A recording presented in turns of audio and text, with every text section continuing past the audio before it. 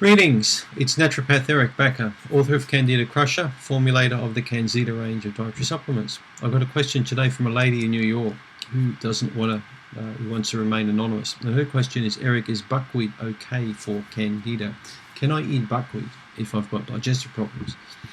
Well, actually, you can eat buckwheat, but let's just look at some common sense first. When you're first starting out on a Candida diet approach, you need to first pull back, of course, on the obvious crap out of your diet of junk. Be careful if you haven't eaten grains like buckwheat or quinoa or oats, or amaranth, or any of these kinds of grains, or nuts or seeds, or for that matter as well, chickpeas and beans and things like that.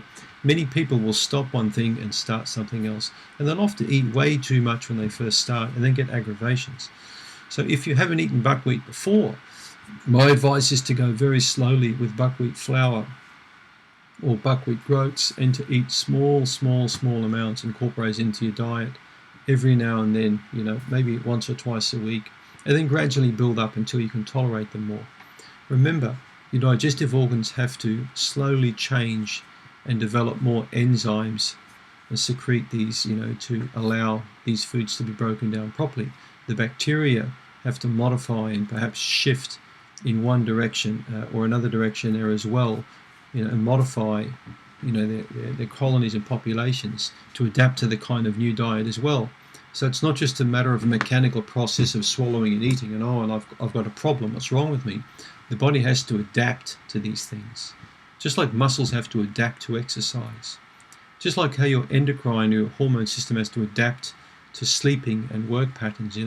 Everything in the body is about adapting to some kind of stress. So eating a new kind of carbohydrate in the diet, okay, that will be a stress you're putting on the body. So an adaptation has to occur. So you have to do that on a gradual process. Be wary of websites who say you can't eat this and you can't eat that, all right? I've just had a look at about a half a dozen websites that say that buckwheat, quinoa, oats, all of these are 100% strictly forbidden on a Candida diet. Almost sounds like some kind of a preacher talking, some kind of a religious experience. So you can't do this and you can't do that. I love it when people say that.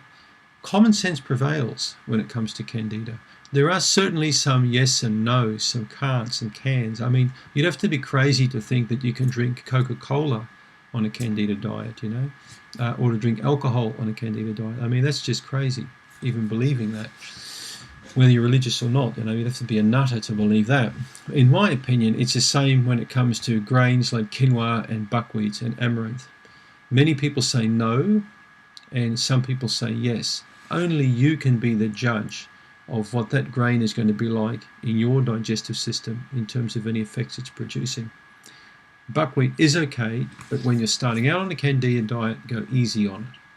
Gradually build it up. In fact, buckwheat's a very nice grain. I like it. I like millet as well. I like puffed millet, and I just like plain millet. It's very nice to incorporate and to cook and to add small amounts into salads and into your diet. We eat a lot of quinoa, and it's a beautiful grain to eat. I like it even cooked in chicken stock. It's a very tasty addition as a side serve. So oats, I have oats most mornings, and I think small amounts of a steel cut oat are perfectly fine to have with people with Candida. In fact, when you deny people all these grains from their diet, they quickly get bored with just all vegetables and meats. What a boring diet, just meat and vegetables. Very boring. So, and many people lose weight and energy on these sort of, grain-starved diets as well. So buckwheat is okay. Think about soba noodles, because they're buckwheat noodles. Soba is quite a nice addition to your diet as well. So different ways you can incorporate buckwheat into your diet. Buckwheat pancakes, for example, with blueberries are very, very nice for people with Candida infection.